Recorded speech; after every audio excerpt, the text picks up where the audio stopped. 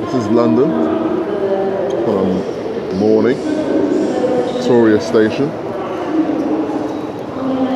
And for this week, we're going to look at what it's like to be the other in a place like London. What is it like to be the other in London? Let's get started.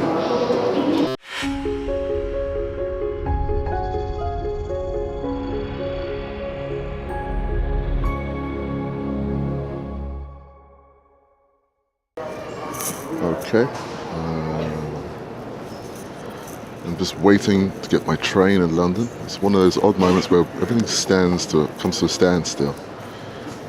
Victoria Station seems to be closed. It's one of those odd things about London. It's not as free-flowing as people like to acknowledge. Yeah. This is what it's like sometimes.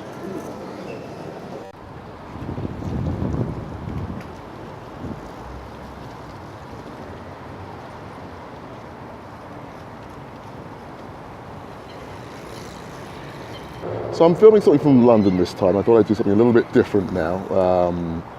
And it's really we're talking about going abroad and being the other abroad and so on. And yet, I'm from a place that's as populated and as popular around the world as London. So why not just do one cast from London, talk about what it's like to be the other in London. So I thought what I'd do to start off with is just to show you one or two scenes of the area where I'm sort of raised and where I've lived for a number of years. Not there any longer, and just talk a little bit about what it's like to be the other in London, which is not an easy place to be in. London is so much about we've seen it. This area here, where I am right now, it's Little Venice. They were filming Paddington Bear around here just recently, and of course it's going to be a typical film about London where you get so much of the caricatures, the stereotypes of London, smoky London, and okay, London looks so wonderful and peaceful, and there's snow on the ground and all this sort of stuff. And yet, when you're the other, you buy into this idea that that's what London is all about. It is all about, okay, the streets are paved with gold, and it's all a wonderful place to be, and so on. But what is it really like? What is London really like to live in? I don't think we always, as the other, recognize how challenging a place like London actually is. So let's move on. Let's see where we end up.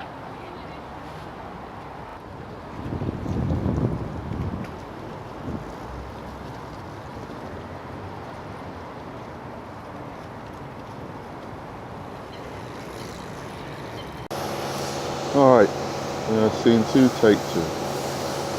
Now I think, one of the hardest parts about living in a place like London is, see it's very busy around, everyone's rushing around, in one of the office areas near here, and this is a real part of London, not the real, a real part of London. This is something which we need to be aware of, that actually London is a very busy city. It's not a particularly friendly one. And I think when you're the other and you've bought into this idea that London's a friendly place to come and so on, you can go there and make lots of friends. Actually, the reality is that people don't tend to relate to you. They don't talk to you very much. It is a place whereby, on the trains, people will just stare into their phones and into their newspapers and so on, or their books. They'll ignore you very much. And alongside that, why do they do that? I think part of that, if we're looking at this from the position of the other, is actually of a fear of the person opposite them, the fear of something they don't know. And the other in a city like this, which is so congested and so busy, the other is brought into really stark relief in a place like this. It's very hard not to be the other when we just make everybody else different, because we're all so afraid of anything that's not us in that space, and we become like a unit of one, a majority of one, in a place like London. It's difficult. It's a difficult place to reside. People very rarely say hello to you or whatever else, and so on, unless you happen to know them fairly well, or they're slightly older perhaps. The older generation have a very different sort of take on things.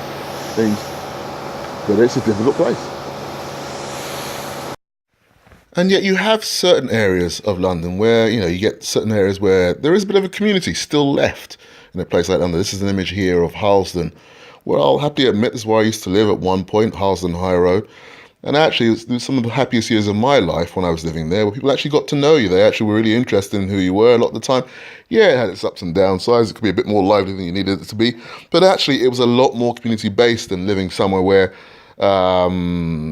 which is less friendly, which is so busy, and which, where people are taught to fear the other, so to speak. So it's actually quite worth remembering that. And to emphasize my point, we have just an image here of the city of London, the Shard, looking out over the Thames.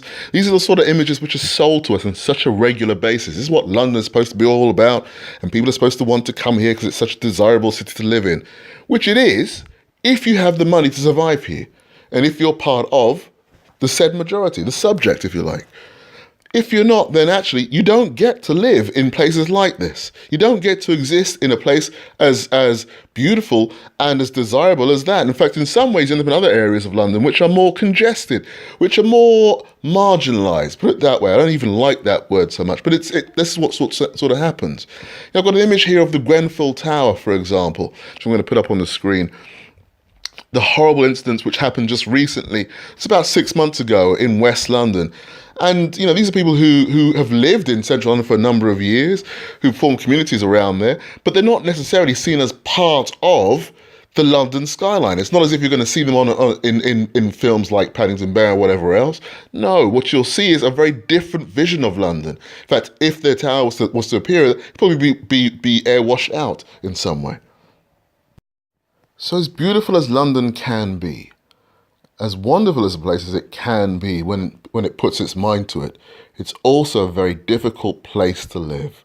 And I think if you're the other, that's even more pronounced, is my sense. I'm going to leave this one there for this week. Lovely to see you all as always. Thanks for checking in. I will look forward to seeing you again soon. Take good care. Bye-bye.